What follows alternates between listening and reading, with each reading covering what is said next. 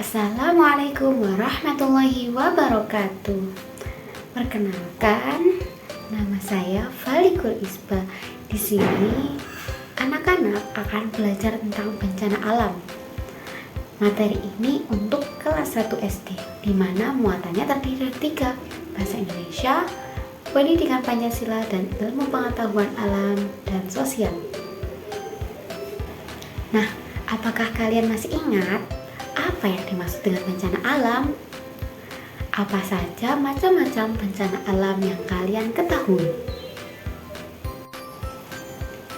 Nah, tujuan dari kita belajar tentang bencana alam yang pertama, melalui kegiatan membaca teks tentang banjir, peserta didik dapat menceritakan kembali suatu isi informasi yang dibaca secara lisan sesuai dengan pemahamannya sendiri. Kemudian yang kedua, melalui kegiatan mengamati video bencana banjir, peserta didik dapat menganalisis faktor penyebab terjadinya bencana banjir, paling sedikitnya 5 buah dengan benar. Dan yang terakhir, pendidikan Pancasila. Melalui kegiatan bermain peran, peserta didik dapat mempraktikkan sikap dan perilaku menjaga lingkungan tempat tinggal yang dapat diterapkan untuk mencegah dan mengatasi bencana banjir dengan percaya diri. Nah, di sini Ibu mempunyai sebuah gambar. Ada yang tahu gambar apa? Baik, ini adalah gambar banjir. Apa itu banjir? Bagaimana air bisa menjadi banjir dan apa yang terjadi pada benda-benda di sekitar saat terjadi banjir? Kita akan mempelajarinya nanti. Bacalah teks berikut secara lantang tentang banjir. Banjir merupakan bencana alam yang diakibatkan oleh hujan yang terus-menerus dan tersumbatnya aliran air karena sampah, sehingga air akan tumpah sampai ke jalan. Untuk mencegah terjadinya banjir, maka kita harus selalu membersihkan saluran air di depan rumah kita dan tidak membuang sampah sembarangan. Selain banjir, terdapat macam-macam bencana alam yang sering kali kita temui. Yang pertama, kekeringan. Kemudian gempa bumi. Nah, selanjutnya anak-anak diminta untuk mengerjakan tugas mandiri. Ceritakan kembali isi teks banjir menggunakan bahasamu sendiri pada kolom berikut.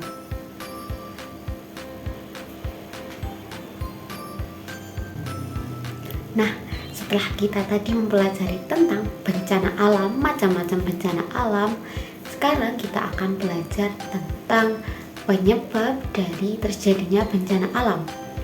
Nah, untuk menambah pemahamannya, silakan simak video berikut ini.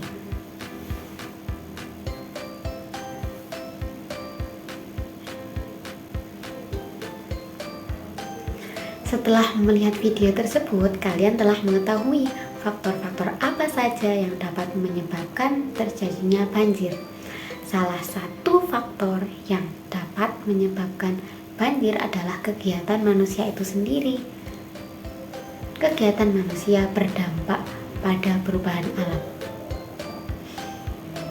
Banjir erat kaitannya dengan kondisi lingkungan. Lingkungan dapat dibedakan menjadi 2, yaitu lingkungan sehat dan lingkungan tidak sehat. Lingkungan sehat yaitu lingkungan yang terjaga keseimbangannya dan memiliki kemampuan untuk menyerap dan mengalirkan air hujan dengan baik. Sedangkan lingkungan tidak sehat yaitu lingkungan yang keseimbangannya terganggu dan tidak dapat berfungsi dengan baik dalam hal pengelolaan air hujan. Nah, untuk lingkungan tidak sehat sendiri karena tidak dapat berfungsi dengan baik dalam pengelolaan air hujan, maka lingkungan tidak sehat dapat menyebabkan banjir. Sampai di sini bisa dipahami anak-anak? Nah, bagaimana sih lingkungan sehat itu? Lingkungan sehat memiliki beberapa ciri-ciri. Yang pertama, udara bersih dan sehat. Yang kedua, tanahnya subur. Dan yang ketiga, sumber air yang bersih. 4. Sampah tidak berserakan. 5. Banyaknya tumbuhan hijau yang subur. Dan yang terakhir, air sungai terlihat jernih dan dapat mengalir dengan baik.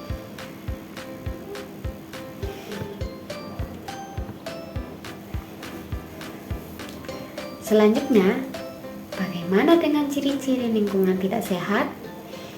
Lingkungan tidak sehat memiliki ciri-ciri. Yang pertama, udara kotor karena banyak debu dan asap. Dan yang kedua, sampah banyak bertebaran di mana-mana. Kemudian, sumber air tidak bersih, saluran air tidak lancar sehingga air menggenang yang dapat mengakibatkan terjadinya banjir. Dan yang terakhir, tumbuhan tidak bisa tumbuh dengan subur sehingga lingkungan menjadi gersang.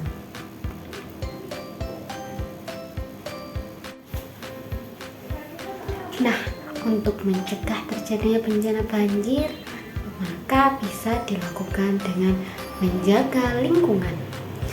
Menjaga lingkungan sehat dan menghindari lingkungan tidak sehat merupakan kunci untuk hidup sehat, sejahtera, dan berkelanjutan. Yuk, kita jaga lingkungan dengan menjadi pahlawan kecil untuk merawat lingkungan sekitar. Bagaimana caranya? Yang pertama, buang sampah pada tempatnya. Jangan buang sampah sembarangan, terutama ke sungai, selokan, atau parit yang merupakan saluran air. Karena jika sampah dibuang ke selokan, parit, atau ke sungai akan menyumbat aliran air dan bisa menyebabkan bencana alam, yaitu banjir. Yang kedua, tanam pohon-pohon di sekitar. Semakin banyak pohon, air yang mengalir akan diserap oleh pohon. Yang ketiga, dengan melakukan hemat air. Menggunakan air secukupnya saat mandi, mencuci baju, dan menyiram tanaman. Yang keempat, dengan membersihkan saluran air. Saluran air yang kotor dan tersumbat dapat menyebabkan air hujan terhambat dan menyebabkan banjir. Nah, sampai sini dulu ya anak-anak. Ibu harap kalian bisa memahami materi yang Ibu berikan pada hari ini. Sekian, terima kasih. Wassalamualaikum warahmatullahi wabarakatuh.